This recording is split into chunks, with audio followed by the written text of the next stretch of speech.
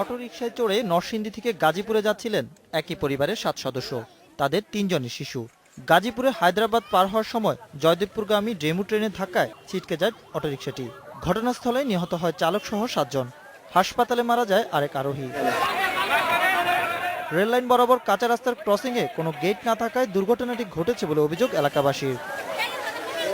কিছুক্ষণ পর টাঙ্গাইলের বঙ্গবন্ধু সেতুর পূর্ব পারে বাসাইলের বাউইখালীতে ঢাকাগামী বিনিময় পরিবহনের একটি বাস খাদে পড়ে ঘটনাস্থলে নিহত হয় 8 জন, আহত হয় 20 জনেরও বেশি। এলাকাবাসী এবং ফায়ার সার্ভিসের সহায়তায় তাদেরকে নেওয়া হয় হাসপাতালে। দুর্ঘটনার পর ঢাকা টাঙ্গাইল মহাসড়কে তৈরি হয় দীর্ঘ যানজট। স্পটে আসার পরে আমরা 6টা লাশ উপরে উঠেছি, 2টা লাশ গাড়ির ভিতরে চাপা আছে, উঠাইতে পারি নাই। পুলিশের কেরান প্রয়োজন, আর 5 জন আমাদের বিভাগীয় অ্যাম্বুলেন্স থেকে সদর হাসপাতালে পৌঁছে দেওয়া হয়েছে। সিলেটের গোয়ালাবাজার এলাকায় বেলা 12টার দিকে কুমিল্লা থেকে সিলেটগামী একটি বাস নিয়ন্ত্রণ হারিয়ে খাদে পড়ে ঘটনাস্থলেই 3 জন নিহত হয়। আহত হয় অন্তত 20 জন। আহতদের সিলেট ওসমানী মেডিকেল কলেজ হাসপাতালে নেওয়া হয়। ব্রাহ্মণবাড়িয়ার সরাইলে সিলেটগামী শ্যামলী পরিবহনের একটি বাসের চাপায় অটোরিকশার 2 যাত্রী নিহত হয়, আহত হয় আরও 3 জন। কুষ্টিয়ার খোকসায় বাস নিয়ন্ত্রণ হারিয়ে গাছের সাথে ধাক্কা খেয়ে অন্তত 50 জন আহত হয়েছে।